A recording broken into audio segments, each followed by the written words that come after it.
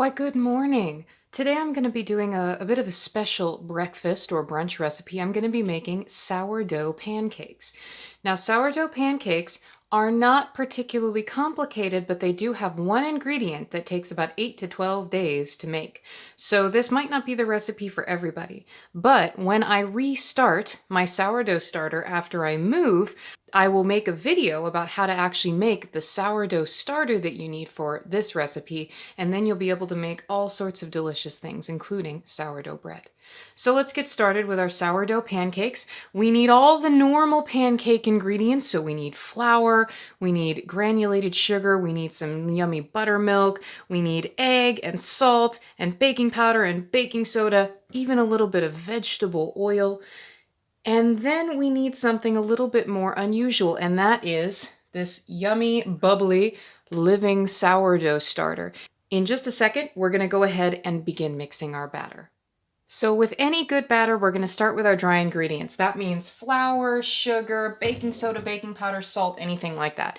First things first, we're going to measure out our flour. We will add our salt, our baking powder, our baking soda. Whoop. That was a little bit of an extra splash. I'm not going to put this whole teaspoon in there. And finally, our granulated sugar. We'll give these a quick whisk, and then we can begin to add our wet ingredients. Let's start with our egg, which we need to beat first.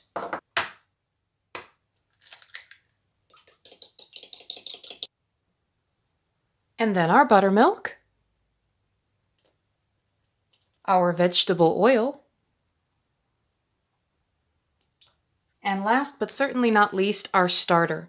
Now this is what we call starter discard. Basically that means that I fed this starter, I gave it flour and it puffed up, and then I used part of my starter to make sourdough bread. Discard starter is just a little bit weaker in terms of the yeast, so we don't want to use it for bread anymore. Normally I would put this starter back in the fridge and I would store it until I wanted to use it again, but every time that you feed starter, you have to throw away most of the starter. And so instead of throwing it away, I'm just finding something else to make with it. Now for this recipe, I'm going to use most of the starter that I have in here. I never want to use all of it though, because this starter can last for months or even years, so long as I store it properly in the refrigerator and make sure to feed it once a week or once every 2 weeks. So now we are going to whisk this together until it's just combined. It can be lumpy, that's not a problem. And there we are. You can see I've swapped to a spoon because it was just much easier with such a thick batter. But this is basically completely ready to cook. All that we need now is to get our frying pan ready. I have one preheating over about medium heat, and then grab some butter to fry our pancakes in. I do believe it's time to cook some pancakes. So first things first, I've got my butter and my spatula. And we're going to need some butter in the pan in order to fry these up.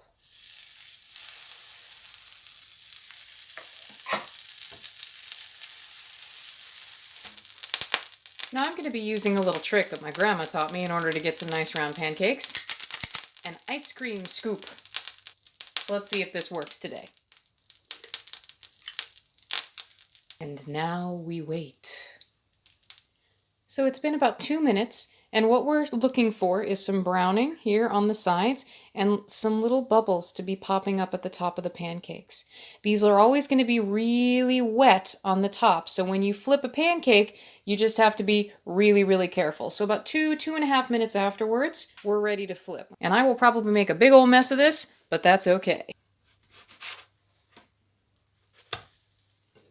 Not my worst flipping effort. And then we're going to let them cook on the other side.